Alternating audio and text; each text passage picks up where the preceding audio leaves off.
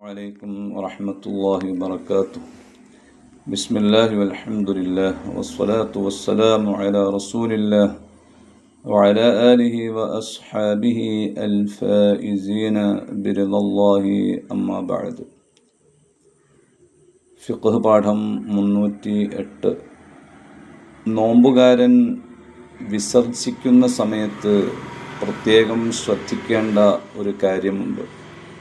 അതായത്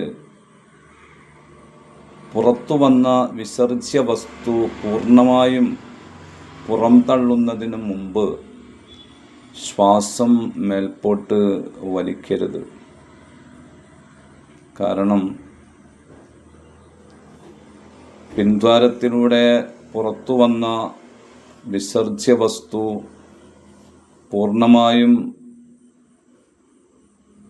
പുറത്തു പോകുന്നതിനു മുമ്പ് ശ്വാസമെടുത്താൽ അത് പിൻദ്വാരത്തിലൂടെ അകത്തേക്ക് തന്നെ തിരിച്ചു കയറാൻ കാരണമാകും. അക്കാരണത്താൽ നോമ്പ് മുറിഞ്ഞു പോകും.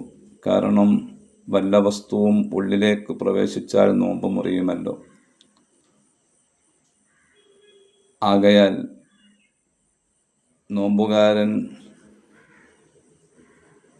മലമൂത്ര വിസർജനം ചെയ്യുമ്പോൾ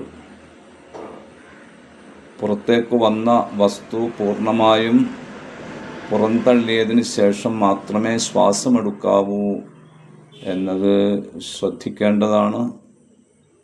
അല്ലെങ്കിൽ നോമ്പ് ഫസാദായി പോകും, മുറിഞ്ഞു പോകും. ഇക്കാര്യം ഇമാം ബാജൂരി തൻ്റെ ഹാഷിയയിലും അതുപോലെ മറ്റു ഇമാമുകൾ അവരുടെ ഗ്രന്ഥങ്ങളിലൊക്കെ രേഖപ്പെടുത്തിയിട്ടുണ്ട്.